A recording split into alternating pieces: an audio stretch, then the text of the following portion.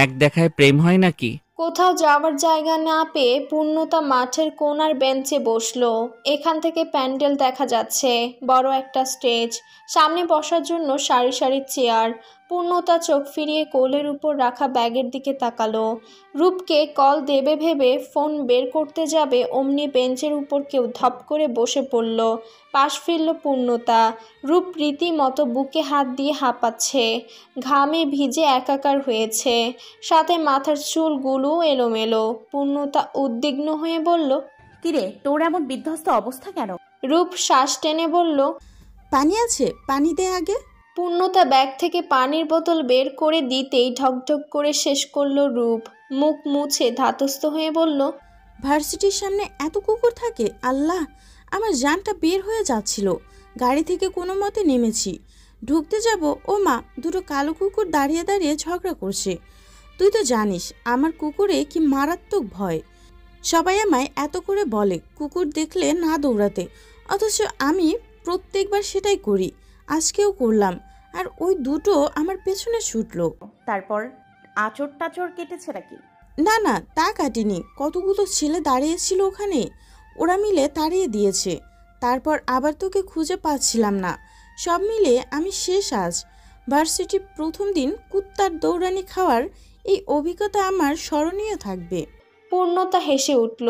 রূপও তাল মিলিয়ে হাসলো। কথার এক ফাঁকে জিজ্ঞেস করলো, বাসায় আজ কোনো অশান্তি হয়নি? পূর্ণতা দীর্ঘশ্বাস ফেলে বলল, না, হতে হতেও হয়নি। যাক, ভাবলাম আজ আসতে পারিস না পারিস, একটা দিন অন্তত ওরা তোকে ছাড় দিল। আচ্ছা, ক্যান্টিন কোন দিকে? এখন আবার ক্যান্টিনে কেন? কেন মানে, তাড়াহুড়ায় আমি কিছু খেতে পেরেছি। আর ম্যাডাম পূর্ণতা, আমি খুব ভালো করে জানি যে আপনারও কিছু খাওয়া হয়নি। অনুগ্রহ করে আসুন প্লিজ, উঠবি, খিদে পেয়েছে আমার। পূর্ণতা মুচকি হাসলো। ওর সব মন খারাপের ওষুধ বাবা আর রূপ। চল। খাওয়া শেষে বের হতে ওদের কানে এলো মাইক্রোফোনে অ্যানাউন্সমেন্ট। আশেপাশে ছড়ানো ছিটানো শিক্ষার্থীদের আসন গ্রহণ করতে আহ্বান করা হচ্ছে। অনুষ্ঠান শুরু হবে। বিশাল বড় আয়োজন, রং বেরঙের বেলুন লাগানো হয়েছে সমস্ত জায়গা জুড়ে। স্টেজের একপাশে সাইড করে রাখা বড় সোফাগুলোতে প্রফেসররা বসে। স্টুডেন্টদের ভাগ করা হয়েছে 2-3টে সারিতে। নবীনদের জন্য পুরোটাই আলাদা সারি, আর বাকি স্টুডেন্টদের জন্য আলাদা।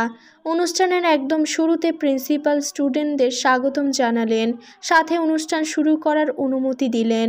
পরপর মঞ্চে উঠল ধ্রুব, পরনে ব্রাউন রঙের পাঞ্জাবি। অনুষ্ঠানের উপস্থাপনার দায়িত্ব তার। ধ্রুবর চিকন ঠোঁটের কোণায় লেগে আছে সূক্ষ্ম হাসি। চুলগুলো একবার পেছনে ঠেলে ধ্রুব মাইক্রোফোনের সামনে দাঁড়ালো। শুরু হলো কিছু মেয়ের কানাঘোষা। ইয়ার, he is so handsome, how cute he is, oops কি হাসি, হাই মে মার জওয়ান। শেষ কথাটা পূর্ণতার পাশের মেয়েটি বলেছে। সে মহাব্যস্ত ছিল এদিক ওদিক চেয়ে মিশ্রাকে খুঁজতে। এতক্ষণ মঞ্চের কোনো কিছুই খেয়াল করেনি। কথাটা শুনে ভ্রু কুঁচকালো। মেয়েটির দৃষ্টি অনুসরণ করে মঞ্চে তাকাতেই চোখ দুটো কপাল ছুলো। এ তো সেই ছেলেটা, একে কেন ডেকেছে? ই আল্লাহ, এ তো দেখছি কিউটের ডিব্বা রে পূর্ণা। রূপ মন্ত্রমুগ্ধ হয়ে চেয়ে আছে। পূর্ণতা মুখ বেঁকিয়ে বলল, কিউট না ছাই, ক্যাবলাকান্ত মেয়ে দেখলেই হা করে চেয়ে থাকে। রূপ অবাক হয়ে তাকালো। কি, এরকম একটা ছেলেকে তোর ক্যাবলা মনে হচ্ছে? তার হয়তো কি জানিস তখন। সব শুনে রূপ হা করে বলল, এ তো সিনেমার কাহিনী রে পূর্ণা। এত সুন্দর হ্যান্ডসাম ড্যাশিং একটা ছেলের ঘড়িতে তোর ওড়না আটকে গিয়েছিল। ইস, ওড়নাটা তো আমার হলেও পারতো রে। রূপের হা হুতাশ দেখে পূর্ণতা ভ্রু কুটিয়ে বলল, পছন্দ হয়েছে, দুলাভাই বানাবো? না বাবা, একটা সামলাতে হিমশিম খাচ্ছি, আর দরকার নেই। তবে তুই চাইলে বল, এত সুন্দর একটা ছেলেকে না হয় আমার দুলাভাই বানাই। পূর্ণতা চোখ রাঙাতেই রূপ হু হা করে হেসে উঠল। পরপর ভেসে এলো সবার করতালির শব্দ। দুজনেই সচকিত হয়ে মঞ্চে তাকায়। হাতে একটা লম্বা লিস্ট নিয়ে উপস্থাপনা করছে ধ্রুব। তার নিরেট লহস্বর, সাবলীল উচ্চারণ, সব যেন মন ছুঁয়ে যাওয়ার মতো। পূর্ণতা মনোযোগ দিয়ে শুনছিল। একবার এক একটা পারফরম্যান্সের জন্য এক একজনকে ডাকছে ধ্রুব। এরপর ডাকলো নাচের জন্য দ্বিতীয় বর্ষের একটি মেয়েকে। সে নাচতে উঠলে ধ্রুব স্টেজের কোনায় গিয়ে দাঁড়ালো। আচমকা চোখ পড়ল পূর্ণতার দিকে। পূর্ণতা তাকানো ছিল। ধ্রুব তাকাতেই চোখাচোখি হলো। অপ্রস্তুত হয়ে গুটিয়ে গেল পূর্ণতা। ঝটপট চোখ সরিয়ে অন্যদিকে তাকালো। ধ্রুব চেয়েই আছে। সেই মেয়েটা না? হ্যাঁ, সেই মেয়েটাই তো। নবীনদের শাড়িতে বসা মানে মেয়েটা ফার্স্ট ইয়ারের স্টুডেন্ট। ধ্রুব আর ভাবল না। এত মানুষের মধ্যে একটা মেয়ের দিকে চেয়ে থাকা তার ইমেজের সঙ্গে যাচ্ছে না। তখন ওভাবে তাকিয়েছিল বলেই এখন নিজেকে বেহায়া মনে হচ্ছে। ধ্রুব মনোযোগ সরাতে পাঞ্জাবির পকেটে হাতালো, কিন্তু ফোন নেই। ফোন তো হৃদের কাছে। ধ্যাত, বিরক্ত হয়ে স্টেজে যে মেয়েটি নাচ করছে তার দিকে ফিরল, কিন্তু না, তার মতোই তার মনোযোগ বেহায়া। ঘুরে ফিরে কেন মেয়েটার দিকেই যাচ্ছে। আচ্ছা, ঝামেলা তো। ধ্রুব মঞ্চ থেকে নেমে যাবে ভাবলো, এর আগেই মেয়েটির নাচ শেষ। তার মানে আবার অন্য কাউকে ডাকতে হবে। মাঝখান থেকে হুট করে হৃদ এসে মাইক হাতে নিল। ধ্রুব থেমে গেল। হৃদ আমুদে কণ্ঠে বলল, অনেক তো উপস্থাপনা হলো, এবার আমাদের হীরার একটা গান শুনলে কেমন হয়? সঙ্গে সঙ্গে হইচই বেঁধে গেল দর্শক সারিতে। তারা গান শুনতে আগ্রহী। ধ্রুবর মেজাজ গিয়ে পড়ল হৃদের উপর। এটার কোনো মানে আছে? হৃদ ধ্রুবর গোটানো ব্রু পাত্তা দিল না। সে হৈ হৈ করতে করতে গিটার এনে হাতে দিল ধ্রুবর। ফিসফিস করে বলল, একটা খারাপ গান গাইস মামা।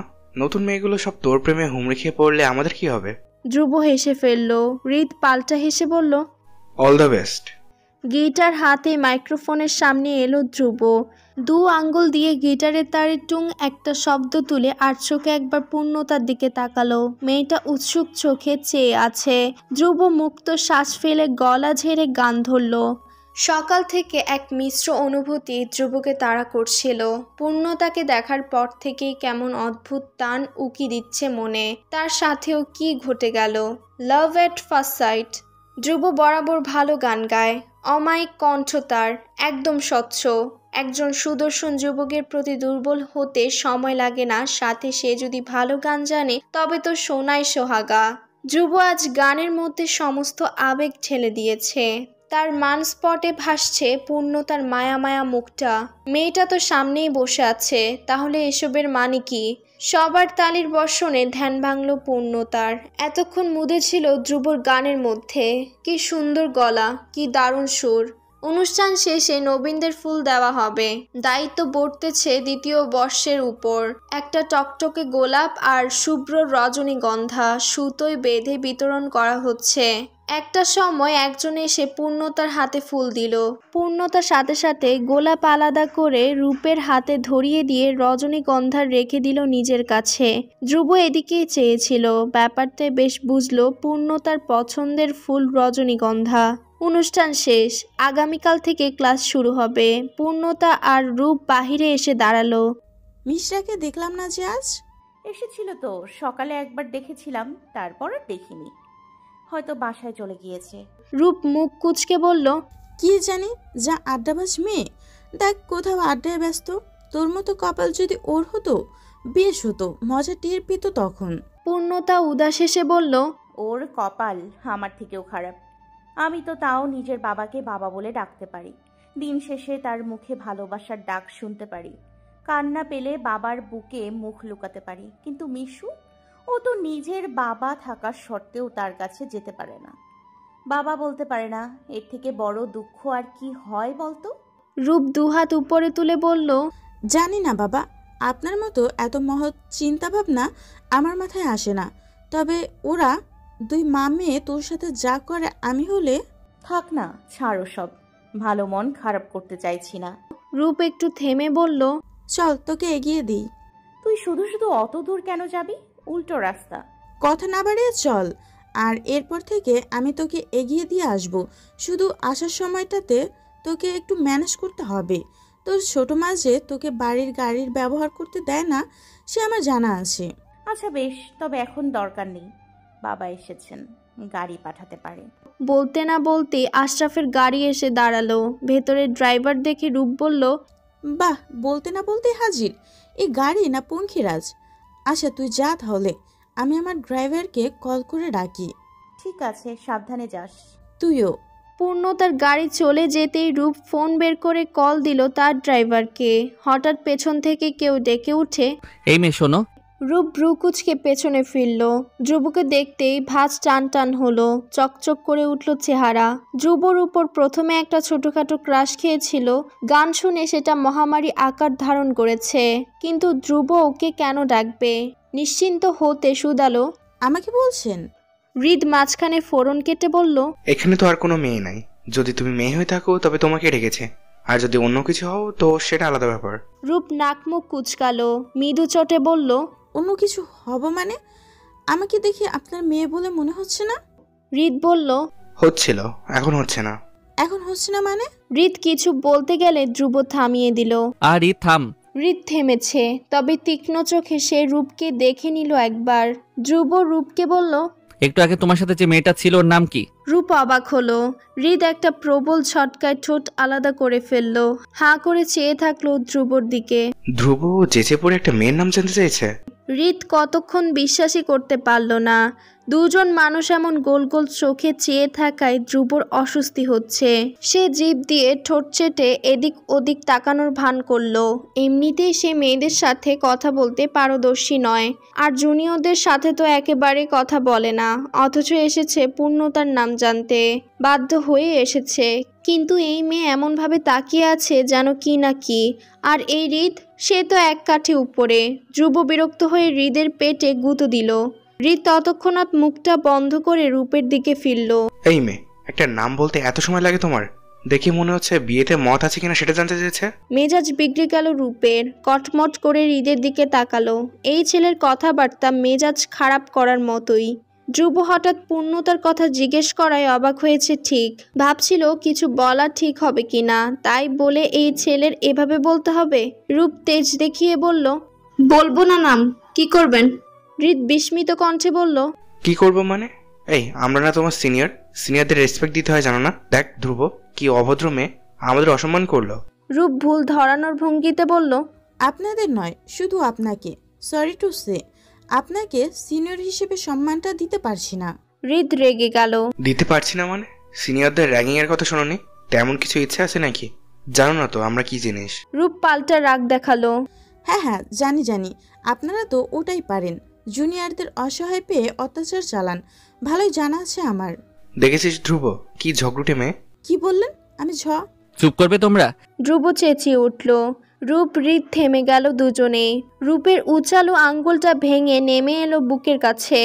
ধ্রুব মুখ ফুলিয়ে শ্বাস ফেলে শান্ত কণ্ঠে বলল, আমি একটা সামান্য নাম জানতে চেয়েছি, তোমার বন্ধুর ফোন নম্বর চাইনি যে তোমাকে এত হেজিটেট করতে হবে।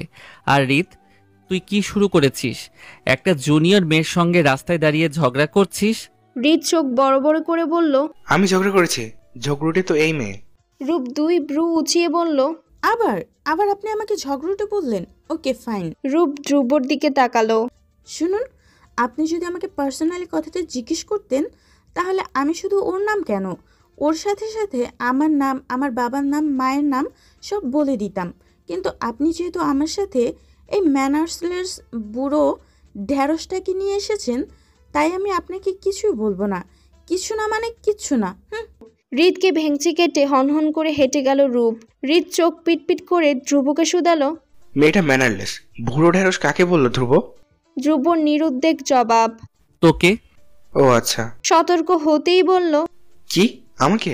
এই মেয়ে, এই তোমার সাহস তো কম না আমাকে ঢেঁড়স বলা? তুমি জানো আমার মা আমাকে এখনো খোকা বলে ডাকে, আর তুমি আমাকে বুড়ো বললে? তোমাকে দেখে নিব আমি, অভদ্র ফাজিল। হৃদ কথাগুলো চিল্লিয়ে বলল, কিন্তু রূপের কান অব্দি পৌঁছালে তো তার টিকিটাও নেই এখানে। হৃদ আহত হয়ে ধ্রুবর দিক ফিরল, দুঃখী দুঃখী মুখ করে বলল, দেখলি ধ্রুব, দেখলি কি বলে গেল? শুনলি? আমাকে দেখতে কি বুড়ো বুড়ো লাগে? কত মেয়ে ঘুরে আমার পিছনে, জানে মেয়েটা? আমি ভাবছি অন্য কথা। ধ্রুবর কণ্ঠ সিরিয়াস। হৃদ আগ্রহী হয়ে জিজ্ঞেস করল, কি কথা?